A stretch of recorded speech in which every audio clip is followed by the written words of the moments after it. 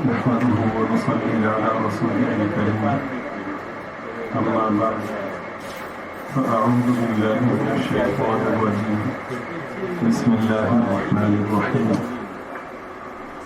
والذين آمنوا وعملوا الصالحات لندخلنهم في الصالحين صدق الله العظيم وصدق رسوله النبي الكريم درود شریف۔ قرآن کریم کی آیت مبارکہ جو خطبے میں پڑھی گئی اس سورہ عنکبوت کی آیت مبارکہ ہے والذین آمنوا وعملوا الصالحات، وہ لوگ کہ جو ایمان لائے اور اچھے اعمال کیے، لندخلنہم فی الصالحین، اللہ پاک فرما رہے ہیں کہ ہم انہیں یقینی طور پر ضرور بے ضرور اپنے نیک بندوں میں شامل کر لیں گے۔ اس آیت مبارکہ کا مفہوم بہت ہی عجیب بھی ہے اور بڑا عظیم بھی ہے۔ آپ نے جا بجا قرآن کریم میں پڑھا ہوگا اور اہل علم سے سنا ہوگا کہ آخرت میں کامیابی کے لیے، جنت کے حصول کے لیے اللہ تعالیٰ نے ایمان اور عمل صالح کو شرط قرار دیا ہے۔ ان الذین آمنوا وعملوا الصالحات لہم جنات النعیم، جو لوگ ایمان لائے اور اچھے اعمال کے لیے ان کے لیے نعمتوں کے باغات ہیں۔ ان الذین آمنوا وعملوا الصالحات اولئک هم خیر البریہ، جو لوگ ایمان لائے اور اچھے اعمال کیے وہ بہترین مخلوق ہیں۔ ان کا بدلہ کیا ہے؟ جزاؤہم عند ربہم جنات عدن تجری من تحتها الانہار خالدین فیہا ابدا رضی اللہ عنہم ورضوا عنہ ذلک لمن خشی ربہ۔ جا بجا ایمان اور عمل صالح ان دونوں کو شرط قرار دیا ہے کہ اس کا اہتمام ہوگا، ایمان یقینی ہو اور اعمال صالحہ کی پابندی ہو تو جنت ہم دیں گے۔ خیر، اس میں بہت سی باتیں ہیں جو قابل غور بھی ہیں کہ وہ لوگ کہ جو ایمان کو ضروری قرار نہیں دیتے اور کہتے ہیں کہ کوئی بھی اچھا شخص کسی بھی مذہب سے تعلق رکھتا ہو آخرت میں کامیاب ہوگا، یہ قرآن کریم کے عقیدے کے خلاف ہے، یہ کسی طور پر بھی قابل قبول نہیں، اور یہ نبی پاک صلی اللہ علیہ وسلم کی توہین کے مترادف ہے۔ اللہ تعالیٰ نے اپنے حبیب پاک صلی اللہ علیہ وسلم کو سب سے اونچا مقام عطا فرمایا، اور اس مقام کی بلندی کی ایک شکل یہ ہے کہ جو میرے نبی کو مانے گا، میرے نبی کو مانے گا، میرے نبی کی مانے گا، اس کو میں آخرت میں جنت دوں گا۔ اب اگر کوئی شخص یہ کہے جی کہ کوئی نبی کو نہ مانے اور وہ بھی جنتی ہے تو نعوذ باللہ، یہ نبی پاک صلی اللہ علیہ وسلم کی وہ عظمت اور بلندی جو اللہ نے بیان فرمائی ہے یہ اس کے انکار کے مترادف ہے۔ سیدھی سی بات ہے، کسی ملک کا ویزا لگا ہو تو آپ اس میں داخل ہو سکتے ہیں۔ دو حرفی بات ہے کہ اگر پاسپورٹ پر اتباع نبوی کا ویزا لگا ہوگا تو جنت میں داخلہ ممکن ہوگا، اس کے بغیر ممکن نہیں۔ کوئی آدمی کسی ملک میں جانا چاہے، امریکہ جانا چاہے تو ویزے کے بغیر نہیں جا سکتا، تو میرے رب کی جنت اتنی سستی نہیں ہے کہ بغیر ویزے کے کوئی چلا جائے۔ اور پھر ویزا جو ہے وہ بادشاہ متعین کرتا ہے۔ یہاں پہ ہمارے خالق و مالک نے جو ویزا ہے وہ اپنی ذات پر توحید کے حوالے سے اور سرکار اقدس صلی اللہ علیہ وسلم پر رسالت کے حوالے سے ایمان والا ویزا رکھا ہے۔ یہ ویزا ہوگا تو بات بنے گی، کوئی کتنا ہی نیک کیوں نہ ہو، کتنا ہی صالح کیوں نہ ہو، تباً خیر سے بھرپور کیوں نہ ہو، اگر ایمان نہیں ہے، نبی پاک صلی اللہ علیہ وسلم کو نہیں مانتا، اس کا سب رائے گاہ ہے، بالکل 100% برباد ہے۔ بہت ہی افسوسناک موقف ہے ان لوگوں کا کہ جو دنیا کو خوش کرنے کے لیے، یورپ کو خوش کرنے کے لیے، مغرب کو، امریکہ کو خوش کرنے کے لیے یہ بیان دیتے ہیں کہ جناب سارے بھلا کام کرنے والے لوگ جنت میں جائیں گے۔ ارے نالائق، چند روزہ زندگی ہے، کس کو خوش کرنے کے لیے کس کو ناراض کر رہا ہے؟ کیا جواب دے گا خدا کو؟ صرف لوگوں کی واہ واہ۔ میں پھر وہ بھول گیا کہ وہ توحید تو یہ ہے کہ بندہ حشر میں یہ اپنے رب سے کہہ دے کہ کیا یہ عالم خفا مجھ سے تیرے لیے، اللہ کی عظمت کو، اللہ کی شان کو، اللہ کے موقف کو کسی کی پرواہ کیے بغیر، لا یخافون لومۃ لائم، کسی کے پرواہ کیے بغیر ایسے بیان کرے کہ دنیا مخالف ہو 1000 دفعہ ہو جائے، میرا رب مجھ سے ناراض نہ ہو۔ آپ سمجھ رہے ہیں اس بات کو؟ تو یہ نقطہ اس میں ہے کہ اس کے بغیر معتبر نہیں ہے. پھر ایک طبقہ اور ہے جو کہتا ہے ایمان تو ٹھیک ہے، عمل کی ضرورت نہیں ہے. اور اس طبقے کی حماقت یہ ہے، جہالت یہ ہے کہ وہ یہ کہتا ہے کہ جو نماز روزہ ہے یہ تو ظاہری لوگوں کے لیے، نعوذ باللہ سطحی لوگوں کے لیے ہے. جو دل والے لوگ ہیں، جو خاص معرفت والے لوگ ہیں، ان کو اس کی ضرورت. وَإِنَّ الشَّيَاطِينَ لَيُوحُونَ إِلَىٰ أَوْلِيَائِهِمْ. یہ بہت بڑا دھوکہ ہے، اور یہ بھی ایک اعتبار سے نبی پاک صلی اللہ علیہ وسلم کی بہت بڑی بے ادبی ہے کہ کہتے ہیں کہ عمل، نماز روزہ یہ عام لوگوں کے لیے، خواص کے لیے نہیں. جیسے کہتے ہیں کہ نماز زاہدہ محراب و منبر، نماز عاشقاں نبی نبیانہ. اس طرح کا مفہوم، ملتا جلتا مفہوم لوگ بیان کرتے ہیں تصوف کے عنوان پر، روحانیت کے عنوان پر. یہ سراسر جہالت بھی ہے اور حضور پاک صلی اللہ علیہ وسلم کی بے ادبی بھی ہے. دیکھیے، کوئی کتنا ہی بڑا پیر کیوں نہ ہو، وہ یہ کہتا ہے کہ نماز کی ضرورت نہیں ہے. سرکار فرماتے ہیں کہ نماز ضروری ہے. ذرا چشم تصور سے آپ دیکھیں کہ سرکار کے حکم کے مقابلے میں ایک بدماش پیر کی بات کو ترجیح دے رہے ہیں. انا للہ و انا الیہ راجعون. وہ شیطان خود بھی عمل نہیں کرنا چاہتا، عمل سے باغی ہے، لوگوں کو بھی عمل سے باغی کرنا چاہتا ہے. چند نیلی پیلی روشنیاں دکھا کر، چند شوقدے بازیاں دکھا کر کے لوگوں کو متاثر کر لیتا ہے اور لوگوں کو کہتا ہے کہ ہم جو ہیں آپ کو بخشوانے والے. انا للہ و انا الیہ راجعون. جو سچے اور سچے پیر ہیں ان کے ہاں اس کا تصور تک نہیں ہے.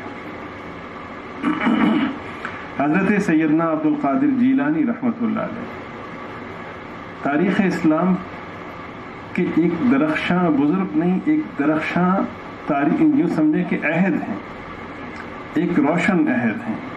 حضرت اپنی ذات میں ایک فرد نہیں، اپنی ذات میں ایک انجمن ہے، ایک بابرکت عہد کا نام ہے. اللہ تعالی حضرت کے درجات کو بلند فرمائے. میرے والد صاحب رحمۃ اللہ علیہ بڑی خوبصورت بات فرماتے تھے کہ حضرت واقعی اتنے بڑے ہیں کہ جو پیران پیر کہا جاتا ہے حضرت واقعی اس کا مصداق ہے. حضرت تشریف فرماتے ہیں سامنے خلفاء کا، خواص کا، اور پھر اہل علم کا، اور اس کے بعد عمومی مریدین کا، عقیدت مندوں کا بڑا مجمع لگا ہوا تھا. حضرت تخت پہ تشریف فرماتے غالباً کہ آسمان پہ ایک روشنی ظاہر ہوئی. لوگوں نے دیکھا کہ کیفیت بدلی اور انوار و برکات کی ایک عجیب شکل بنی. سب متاثر ہوئے. اس میں سے ایک بہت ہی بھاری بھرکم آواز ہے، عبد القادر ہم تم سے بہت خوش ہیں، تم نے ہماری عبادت کا حق ادا کر دیا. جب تم نے ہماری عبادت کا حق ادا کر دیا تو مقصد تو خوش کرنا ہوتا ہے، ہمیں خوش بھی کر دیا، حق بھی ادا کر دیا. آج کے بعد نماز بھی معاف اور روزہ بھی معاف.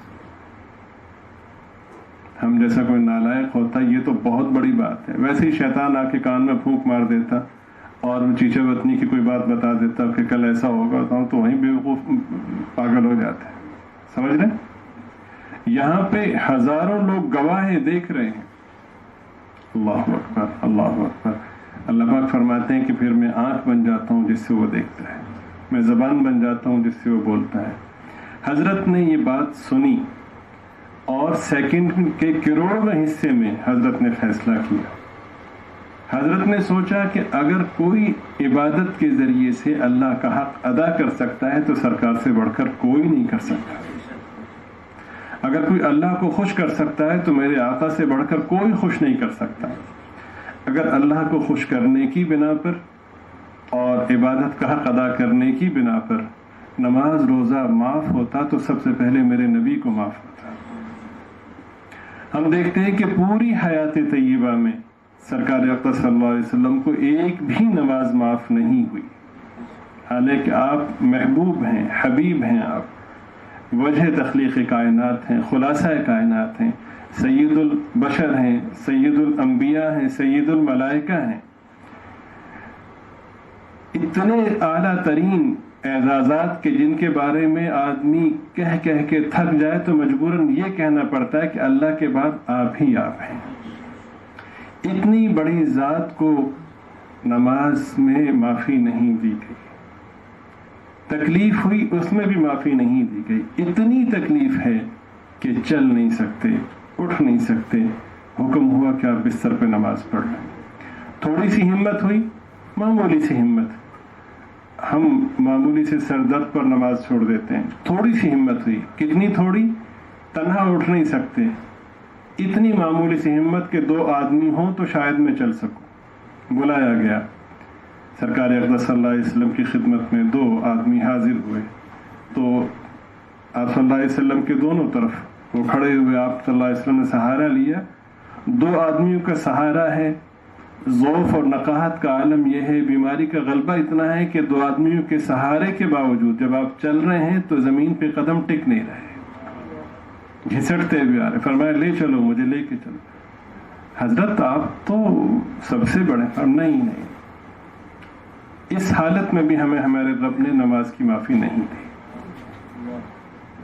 2 آدمیوں کے سہارے گھسٹتے ہوئے آپ تشریف لائے اور نماز حضرت سیدنا صدیق اکبر رضی اللہ تعالیٰ عنہ پڑھا رہے تھے. جب آپ تشریف لائے تو ظاہر ہے کہ نبی کے آنے کے بعد تو پھر امتی کے لیے گنجائش نہیں رہتی.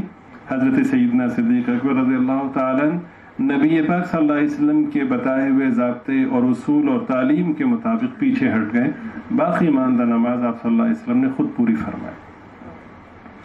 تو حضرت سیدنا عبد القادر جیلانی رحمۃ اللہ علیہ فرماتے ہیں کہ اگر معافی ہوتی عبادت کا حق ادا کرنے کی بنا پر, اللہ کو راضی کرنے کی بنا پر, تو سب سے پہلے میرے نبی کو معافی ہوتی. میں دیکھتا ہوں کہ اس حالت میں بھی معافی نہیں. پیمانہ تو میرے نبی کا پیمانہ ہے, بس اس کو سامنے رکھا. اور یہ نہیں کہ ہاں جی دیکھا پھر تسی.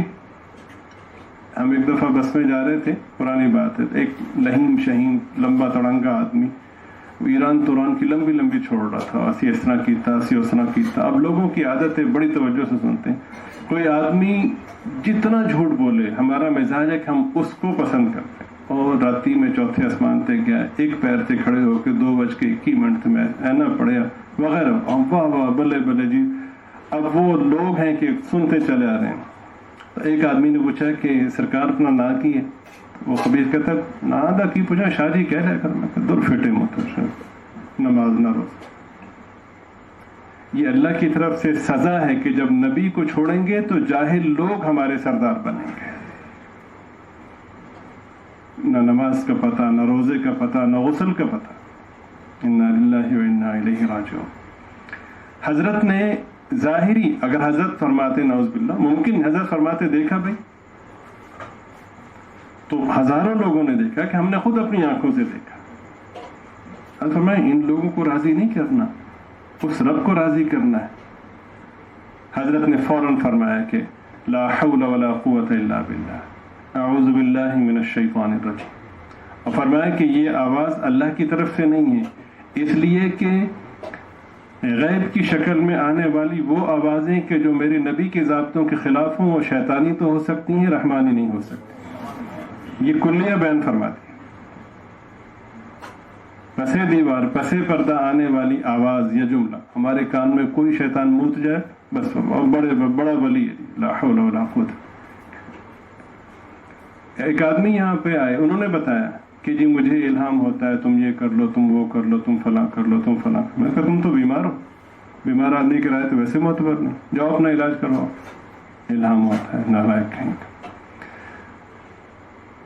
خواب ہو یا ظاہری کیفیت ہو, اگر وہ شریعت کے مطابق ہے, وہ ظاہری کیفیت جو پس پردہ یہ غیب سے آنے والی بات ہے تو وہ کرامت کہلائے گی, اور اگر نہیں ہے تو وہ شیطان کا اثر کہلائے گی.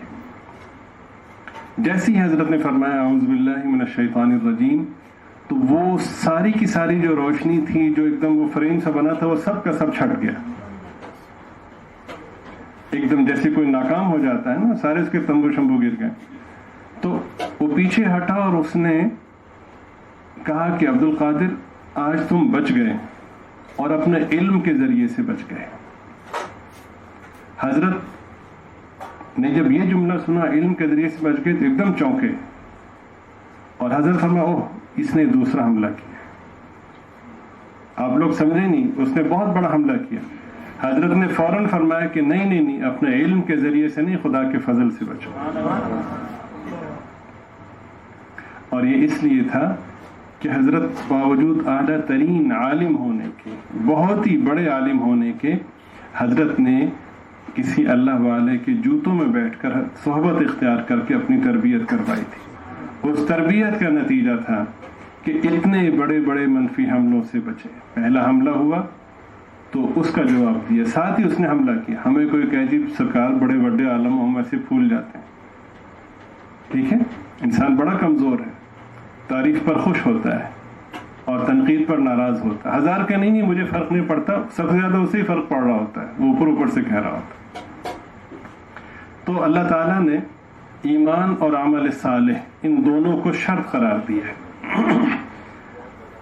جب قرآن کریم نے اس کو ایک ضابطے کے طور پہ بیان فرمایا ہے تو اس کا مطلب یہ ہے کہ اس میں کوئی ترمیم ممکن نہیں ہے۔ لا تبدیل لکلمات اللہ، اگر کوئی اس سے ہٹ کے بات کرے گا، اس کے خلاف کرے گا، تو ایک لمحے کی تاخیر کیے بغیر ہم کہہ سکتے ہیں کہ وہ جھوٹ بول رہا ہے، ہم کہہ سکتے ہیں کہ وہ باطل ہے۔ بات جو مجھے عرض کرنی تھی، جس کے لیے ساری تمہید باندھی، وہ یہ ہے کہ اللہ تعالیٰ نے جگہ جگہ اس ضابطے کو بیان فرمایا کہ ایمان اور عمل صالح جنت کے لیے شرط ہیں۔ ایمان اور عمل صالح جنت میں داخلے کے لیے شرط ہیں۔ اس آیت مبارکہ میں اللہ تعالیٰ نے یہ نہیں فرمایا ہے۔ یہ نقطہ آپ کی خدمت میں عرض کرنا ہے، آپ کی تھوڑی سی توجہ درکار ہے۔ فرمایا کہ وہ لوگ کہ جو ایمان لائے اور اچھے اعمال کیے، اور اچھے اعمال سے مراد یہ نہیں کہ جو جنہیں میرا دل اچھا کہے، جیسے مغرب کے لوگ بے پردگی کو، بے حیائی کو اچھا سمجھتے ہیں، اور بہت سی لغویات کو، بےہودگیوں کو، منکرات کو، حیوانیات کو اچھا سمجھتے ہیں۔ نہیں، اچھائی وہ جس کو اللہ اچھائی میں شمار کرے، برائی وہ جس کو میرا رب برائی میں شمار کرے۔ دو حرفی بات ہے، کسی سیاستدان کو، کسی دانشور کو، کسی پروفیسر ڈاکٹر کو اچھا لگے نہ لگے، بھاڑ میں جائے۔ ہزار باتوں کی بات ہے، نہ سیاستدان نے مجھے قبر میں کام آنا ہے، نہ ڈاکٹر اور پروفیسر نے قبر میں کام آنا ہے، میرے نبی کی جو پرنور روشنی ہے اس نے مجھے کام آنا ہے، میرے نبی کی تعلیمات نے، میرے نبی کی اتباع نے مجھے کام آنا ہے۔ اللہ اللہ خیر صلی اللہ۔ معمولی سے سمجھ رکھنے والا آدمی اپنے نفع کو ہاتھ سے نہیں جانے دیتا، معمولی سے نفع کو ہاتھ سے نہیں جانے دیتا۔ میں اپنے آخرت کے نفع کو ان دنیا داروں کے لیے کیوں ضائع کروں؟ اچھا لگے ٹھیک ہے، نہیں تو نہ صحیح۔